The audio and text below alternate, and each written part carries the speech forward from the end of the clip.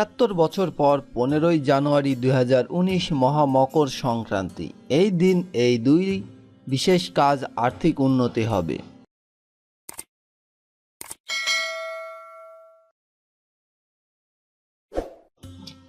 হিন্দুদের একটি পূর্ণ দিন মকর সংক্রান্তি বাংলার ঘরে ঘরে আজ যা পৌষ সংক্রান্তি নামে পরিচিত। এই সমগ্র ভারতের মানুষেরা গঙ্গা উৎসবে মিলিত হয় স্নান এবং দান করতে। সেই সঙ্গে কপিল মুনির আশ্রম দর্শন করে তারা পুণ্য অর্জন করে।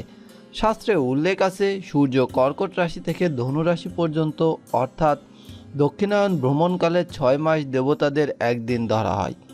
এই পূর্ণ দিনটিতে সূর্য মকর রাশিতে পূজা করার ফলে দেবতারা নিদ্রা থেকে জাগরিত হয়ে থাকেন।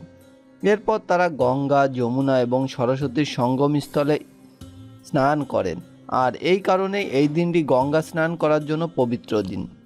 এই সূর্য দক্ষিণায়ন থেকে উত্তরায়ণে চলে যায়, মকর থেকে মিথুন রাশি পর্যন্ত উত্তরায়ণ, এবং উত্তরায়ণের পর থেকে শুরু হয় শুভ কাজ।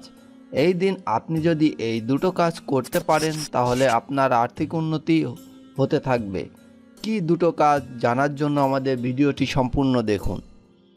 প্রথম, স্নান এর পর সূর্যকে সঠিকভাবে অর্ঘ্য দান করলে পাপমুক্ত এবং ঋণমুক্ত জীবন লাভ করা যায়। সেই সঙ্গে জীবনে আর্থিক দৃঢ়তা আসে।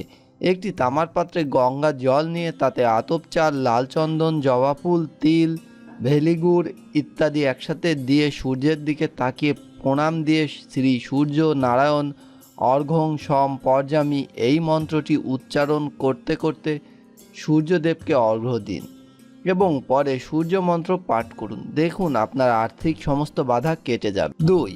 এই দিন আপনি যদি শিবলিঙ্গের সামনে তিলের তেলের প্রদীপ সকাল সন্ধ্যা ২ বেলা জ্বালানোর ব্যবস্থা করেন তাহলে অত্যন্ত শুভ।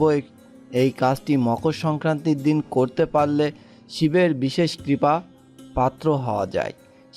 সেই সঙ্গে আর্থিক কষ্ট থেকে মুক্তি পাওয়া যায় এবং সমস্ত প্রকার ঋণ মুক্তি ঘটে ধীরে ধীরে। ভিউয়ার্স, এই ছিল আমাদের ভিডিওটি ভালো লাগলে অবশ্যই ভিডিওটিতে লাইক করবেন, কমেন্টে আপনার মতামত জানাবেন এবং ফেসবুকে বন্ধুদের সাথে শেয়ার করবেন। ধন্যবাদ।